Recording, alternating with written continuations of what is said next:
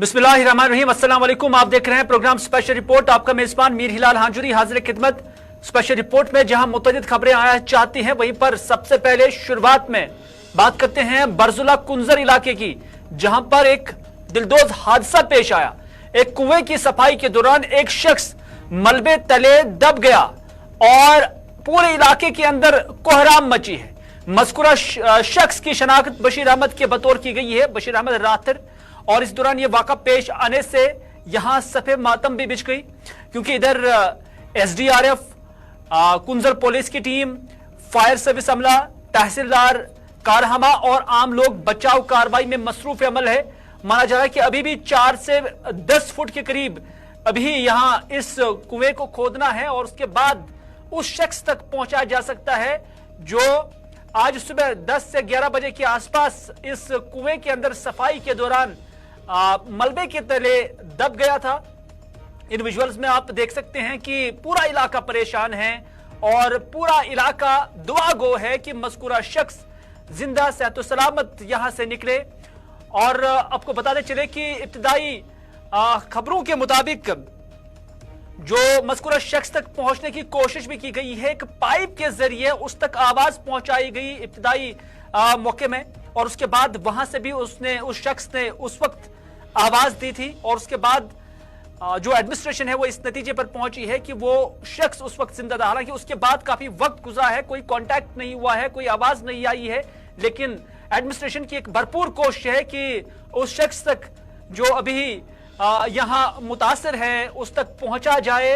और इस निस्बत से जेसीबीज की खिदमात यहां पर अमल में लाई गई और जेसीबीज के बाद अब मैन्युअली इस कुएं को खोदा जा रहा है। काफी सख्त और कठिन और टेक्निकल तरीके से यहां तक पहुंचने की कोशिश की जा रही है। और कोशिश यह भी है एडमिनिस्ट्रेशन की या एसडीआरएफ या मकामी नौजवान जो जांबाज नौजवान है वो इस खतरे को देखते हुए, इस सख्त कार्रवाई को देखते हुए अब अपने आप को भी जोखिम में डालकर इस शख्स के बचाव में लगे हुए हैं।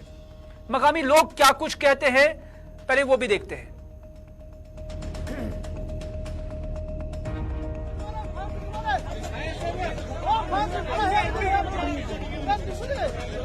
यहाँ पर बरजुला में जिसके साथ ये हादसा पेश हुआ, ये बरजुला के रहने वाले हैं और अक्सर और बेशतर ये कॉलोनी में ही होते हैं। तो सुबह सवेरे जब ये यहाँ से आए हैं तो यहाँ पर इनका फ्रेंड भी रहता है और रेजिडेंट भी है यहाँ पर।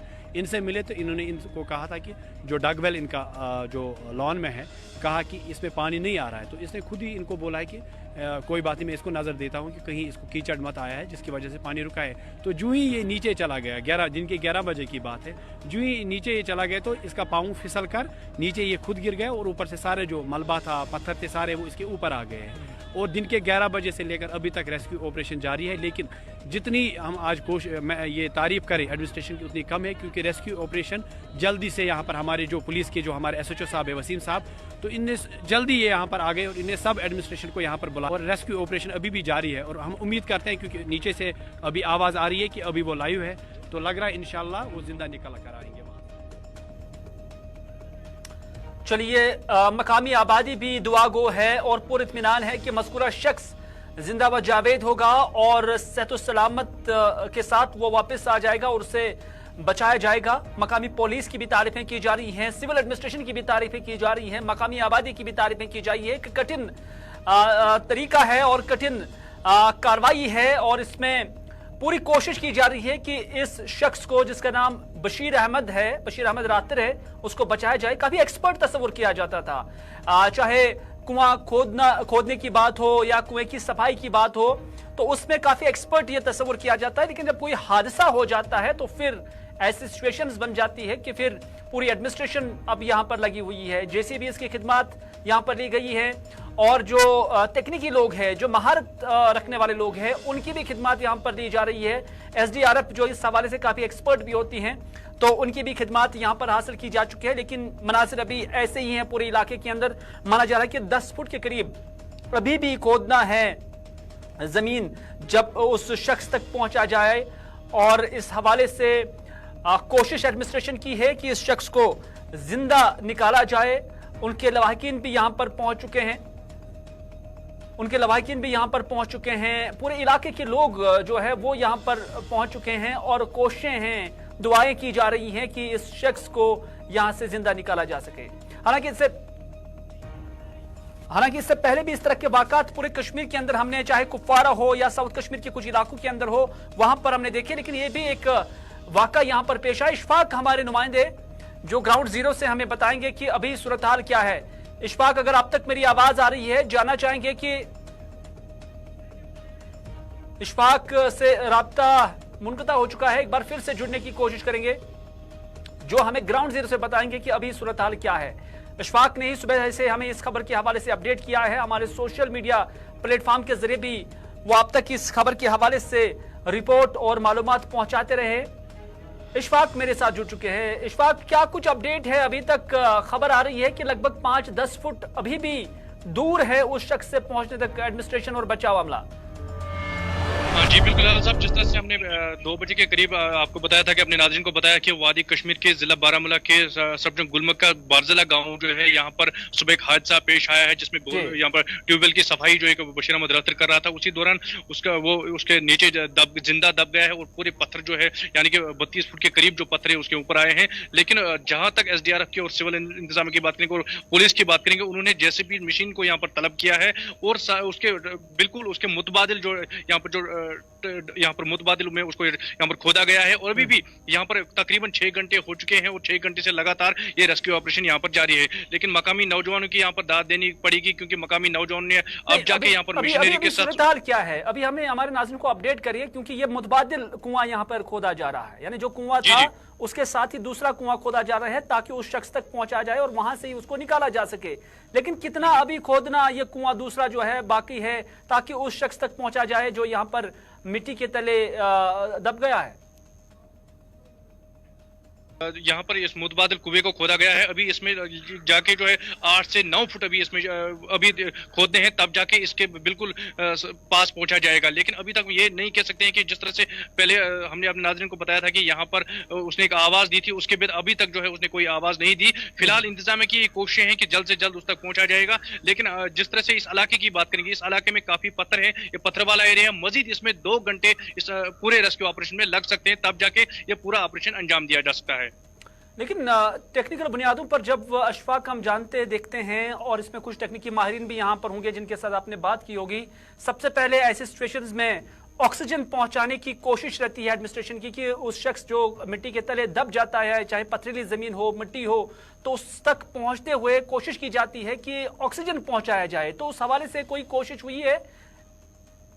देखिए, जहां तक हम ऑक्सीजन की बात करेंगे, क्योंकि ये जो ट्यूबवेल जो था इसमें पहले से ही पाइपलाइन एक बिछी गई थी, जो वाटर पाइपलाइन होती है, उसमें अभी क्योंकि पानी नहीं है, उसी के जरिए उसको अभी ऑक्सीजन थोड़ा मिल रहा है। उस वजह से इंतजामिया को यहाँ पर थोड़ी सी कोशिशें उनकी जो है रंग ला रही है, क्योंकि शायद ये जिंदा इसमें होगा। लेकिन दूसरी जानिब अगर मेडिकल टीम भी यहाँ पर अलर्ट है, पहले से इंतजामिया ने मेडिकल टीम भी रखी है और साथ साथ में अभी ये कोशिशें की जा रही है कि जो यहाँ पर मुतबादिल कुआं खोदा जा रहा है वहां से ही एक सुराख किया गया है, तब जाके उसे पता चलेगा कि मजीद वो बशीर अहमद जो है कोई आवाज वहां से आएगी तो अब अपने जो नाज़रीन है उनको बताएंगे कि बशीर अहमद भी जिंदा है। लेकिन ये हम कह सकते हैं फिलहाल ये कोशिश आहिस्ता आहिस्ता जो है। चलिए, इशफाक हमें अपडेट कर रहे थे और उनके साथ राब्ता मुनक़ता हो चुका है। कोशिश की जा रही है मुतबादिल कुआं खोदा जाए और उसके मकाम तक पहुंच चुके हैं। लगभग 8 से 9 फुट अभी कुआं जो मुतबादिल कुआं है वो खोदना बाकी है। ऑक्सीजन की भी कोशिश की गई है कि उस तक पहुंचाई जाए, क्योंकि एक सख्त सूरत हाल है और इसमें जो कुछ पॉसिबिलिटीज रहती हैं उन पॉसिबिलिटीज को बरवकार लाया गया है। जो यहाँ पर बचाव अमला है उनकी भी दाद दे देनी चाहिए, क्योंकि उनकी बरवक्त कोशिश से इस शख्स की बचाव कार्रवाई अभी भी जारी है। और अभी यही बताया जा रहा है कि 8 से 9 फुट के करीब का सफर है अभी भी जब उस तक ये मुतबादिल कुआं जो है वो पहुंच सके।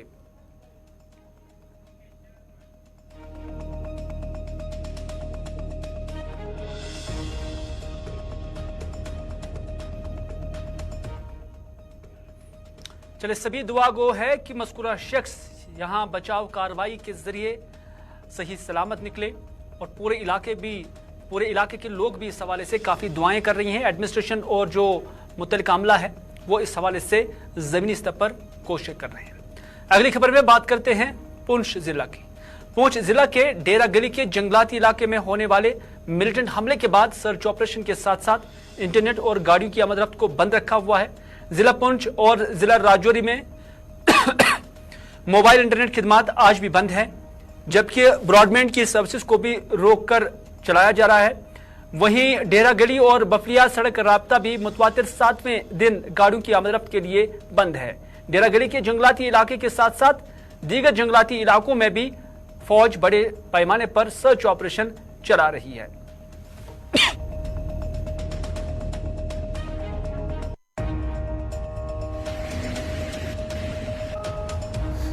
बफलियाज हमले के 8वें रोज भी बड़े पैमाने पर सर्च ऑपरेशन का सिलसिला बादस्तूर जारी है, जबकि 8 रोज से ही थाना मंडी बफलियाज शाहरा को गाड़ियों की आवाजाही के लिए बंद किया गया। वहीं आज 5वें रोज भी खिता के अंदर इंटरनेट खिदमत मुअत्तल हैं। 8 रोज कबल खिता के पीर पंचाल के अंदर बफलियाज के नज़दीक फौज की 2 गाड़ियों पर मिलिटेंटों की तरफ से हमला किया गया था, जिसमें 4 फौजी जवान जाँ भाग और 2 दिगर जख्मी हुए थे, जिसके बाद इस पूरे इलाके को बड़े पैमाने पर मुहासरे में लेकर सर्च ऑपरेशन शुरू किया गया था। और आज 8वें रोज वसी इलाके में सर्च ऑपरेशन का सिलसिला बादस्तूर जारी है, जबकि 8 रोज से ही थाना मंडी बफलियाज शाहरा को गाड़ियों की आवाजाही के लिए बंद रखा गया है। वहीं दूसरी तरफ खिता के अंदर आज 5वें रोज भी इंटरनेट सर्विस बहाल नहीं हो पाई है। हालांकि कल ही वजीर दिफा का राजौरी का दौरा था, जिसमें उन्होंने कई बड़े फैसले भी लिए गए हैं और ये भी खबर सामने आई कि एक और ब्रिगेड खिता पीर पंचाल के अंदर तैनात किया जाएगा, जबकि उनकी तरफ से ये भी कहा गया था कि जो आम शहरियों की हलाकतें हुई हैं उस पर उनको इंसाफ जरूर मिलेगा। जबकि इससे कबल हम अगर बात करें तो 2 रोज कबल भी चीफ ऑफ आर्मी स्टाफ ने खिता के अंदर दौरा किया था, जहां उन्होंने कई बड़े फैसले लेने की बात की थी। ज़राए के हवाले से ये खबर भी सामने आ रही है कि इस जंगल को चारों तरफ से मुहासरे में लेकर बड़े पैमाने पर तलाशी अभियान शुरू किया गया है, जबकि इसके गिरदोनवा के इलाकों में भी सर्च ऑपरेशन का सिलसिला बदस्तूर जारी है। वहीं इंटरनेट खिदमत के हवाले से जो ज़राए के हवाले से खबरें सामने आ रही हैं कि आने वाले कुछ दिनों तक अभी इंटरनेट खिदमत खिता के अंदर बहाल नहीं हो पाएंगी। राहुल सुदन के साथ जमशेद मलिक, गुलिस्तान न्यूज़। इधर सीपीआईएम के लीडर मोहम्मद यूसुफ तारगामी ने कहा कि दफा 370 ने जम्मू कश्मीर और मरकज के दरमियान रिश्ते को मजबूत और इस्तवार किया था। अलबत्ता इसके तोड़ने से उन लोगों को मौका मिला जो जम्मू कश्मीर और भारत के रिश्ते को मानने से इनकार कर रहे थे। इन बातों का इजहार मोहम्मद यूसुफ तारगामी ने आज जम्मू में एक प्रेस कॉन्फ्रेंस के दौरान किया। दरअसल तारगामी ने एलजी मनोज सिन्हा की जानब से आनंद मैरिज एक्ट को लागू करने का हवाला देते हुए कहा कि जम्मू कश्मीर के अवाम को दफा 370 के खात्मे के फवायद से गुमराह किया जा रहा है, जबकि 370 के होते हुए भी मरकज के कई कवानीन जम्मू कश्मीर में लागू कराए गए, जिसकी जीएसटी एक बड़ी मिसाल है।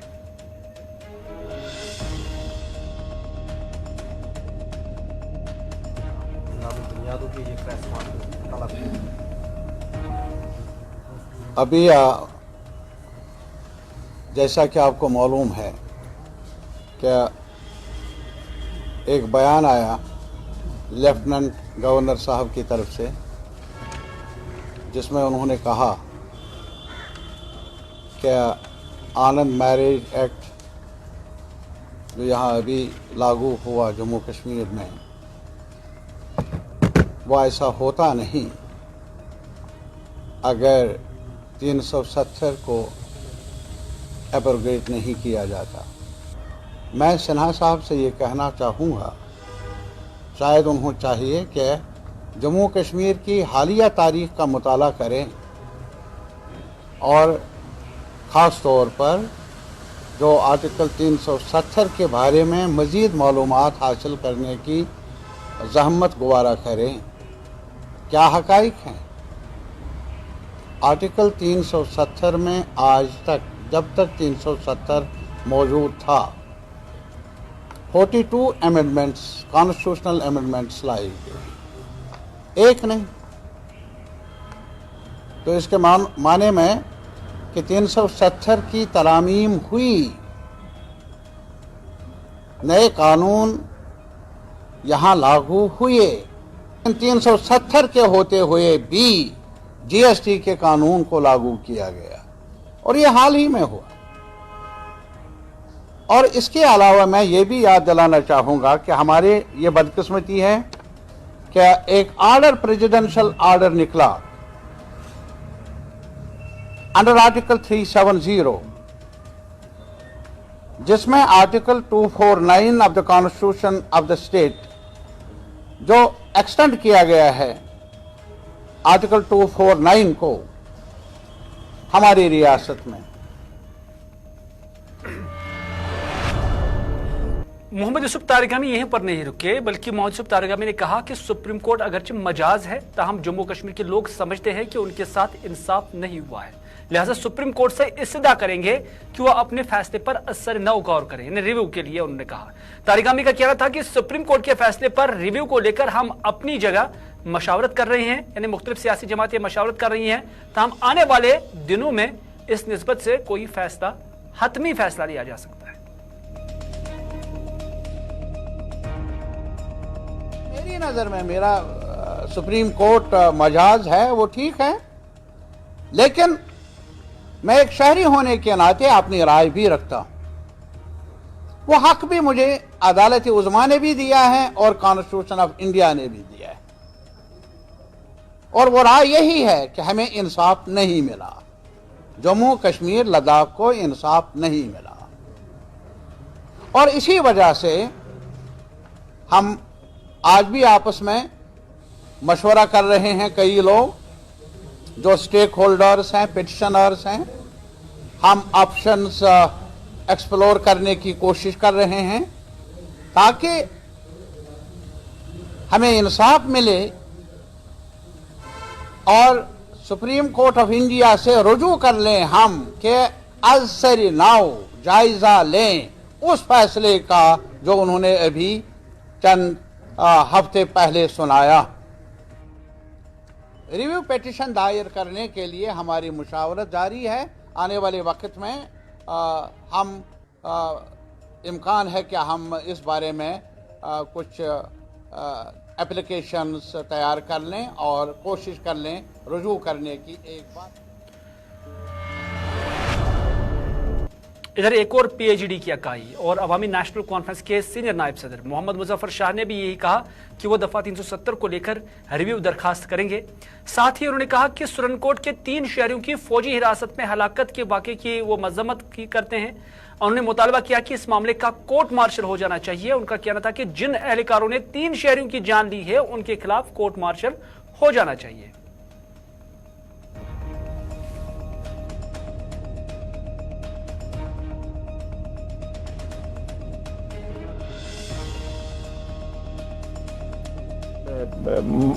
किलिंग हुई उनकी कस्टडी में 3 अफराद की, तो उस पर अपने डिफेंस मिनिस्टर साहब जो आए थे, या जो सरकार बोल रही है कि उनको मुआवजा दिया जाएगा, उनको जॉब्स दी जाएंगी, ये ऐसा नहीं होगा। हमको देखना है कि ना पैरामिलिट्री के साथ ये हादसे हों। हालांकि पैरामिलिट्री के साथ या हमारी फौज के साथ या हमारी पुलिस के साथ जो भी ये इस वक्त अनआइडेंटिफाइड जो लोग आए हैं या जो भी टेररिज्म एक्टिविटी हुई है, ये हमारी सरकार का मामला है। ये आपको देखना है कि आपकी कहां पे फेलियर है, आपकी एजेंसीज का कहां पे फेलियर है। जिन एहलकारों ने, जो एक डिसिप्लिन्ड फौज के एहलकार हैं या हमारी एसओजी के एहलकार हैं, जिन लोगों ने ये कार्रवाई की, 3rd डिग्री टॉर्चर किया और इनकी जानें ले ली हैं, उसके लिए सबसे जो इमीडिएट स्टेप आपको लेना है कि आप कोर्ट मार्शल कीजिए इनका, और कोर्ट मार्शल के जरिए आप उनको सजा दें। क्योंकि अगर कोई बाहर से आता है और किसी को मारता है, वो फेलियर आपका है कि किस तरह से आया वो अंदर। आप हमारे किसी आदमी की, चाहे वो हिंदू हो, मुसलमान हो, सिख हो, ईसाई हो, कोई भी हो, हमारे बाशिंदे की आप जान भी ले सकते हैं। इधर बस्ती कश्मीर के गांदरबल जिला के कंगन इलाके में पेटपुरा छत्रगुल के मकामी लोगों ने इलाके में खेल के मैदान का मुतालबा किया है। छत्रगुल के मकामी बाशिंदों का कहना था कि खेल के मैदान में मकामी नौजवानों के लिए मुनासिब सहूलियात मैसर नहीं है, जिसकी वजह से मज़कूरा प्लेग्राउंड में जख्मी होने के बहुत ज्यादा इम्कान हैं। उनका कहना था कि खेल के मैदान के इर्द गिर्द बहुत बड़ी सरकारी अराजी दस्तयाब है, जिस पर कुछ नामालूम अफराद ने कब्जा कर लिया है, जिसे फौरी तौर पर बहाल करने की जरूरत है और इसे ग्राउंड के लिए इस्तेमाल किया जा सकता है। हमारे साथ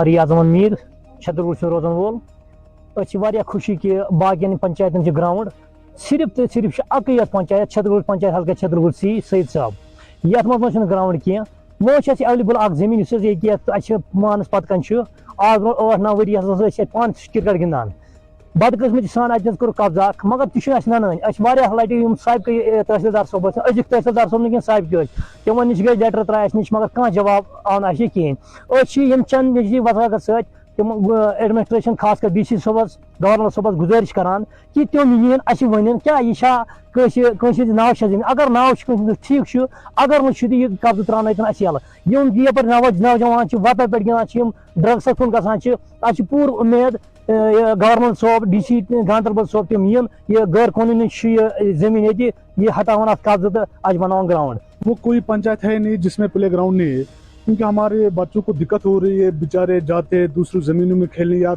किसी और पंचायत में जाते खेलने के लिए, वो अच्छा नहीं लगता ना हमें। ऊपर से गवर्नमेंट का ऑर्डर भी है जहाँ जहाँ अपनी पंचायत है उसमें ऑलरेडी एक प्ले ग्राउंड होना चाहिए, हमारा अभी तक नहीं हुआ। तो गवर्नमेंट का इशू आया हमारे पास, हमें लैंड अवेलेबल है नहीं, तो हमने वो भी करवा के दिया है। तो कोई इलीगल बंदा है, उसने इलीगल कब्जा किया है यहाँ पर। मैं भी नहीं आया था इस दुनिया में शायद जब से यहाँ पर खेल रहे थे, पता नहीं उसने कहां से।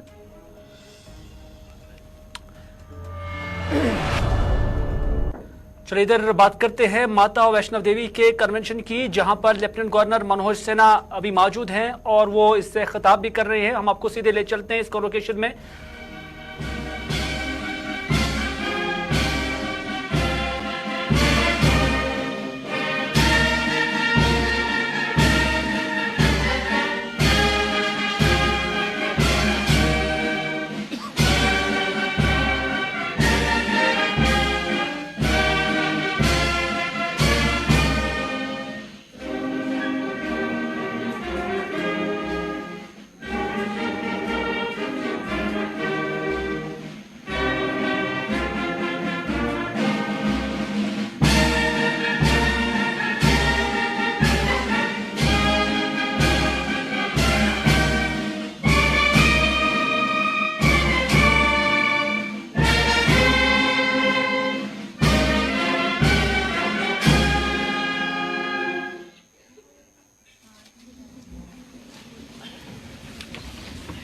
Ladies and gentlemen, it is an honor and great pleasure for us to welcome the honorable dignitaries on dais.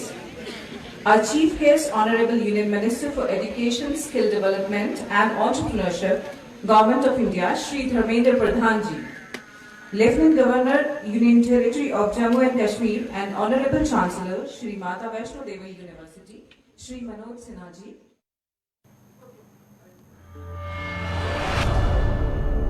नाज़रीन, माता वैष्णो देवी का ये कन्वेंशन जारी है जहां पर लेफ्टिनेंट गवर्नर मनोज सिन्हा भी मौजूद है और अभी 4:30 बजे आप कश्मीरी खबरनामा देखेंगे और कश्मीरी खबरनामा के इब्तिदा में ही हम आपको ले चलेंगे फिर इसी कन्वेंशन में और देखेंगे कि यहां पर क्या कुछ अभी मालूमात है। फिलहाल स्पेशल रिपोर्ट को यहीं पर इख्तिताम करने की दीजिए अपने मेजबान मीर हिलाल हाजिर को इजाजत, इस वादे के साथ कि अगर जिंदगी रही तो आपसे फिर होगी मुलाकात। तब तक के लिए खुदा हाफिज, फी अमानिल्लाह।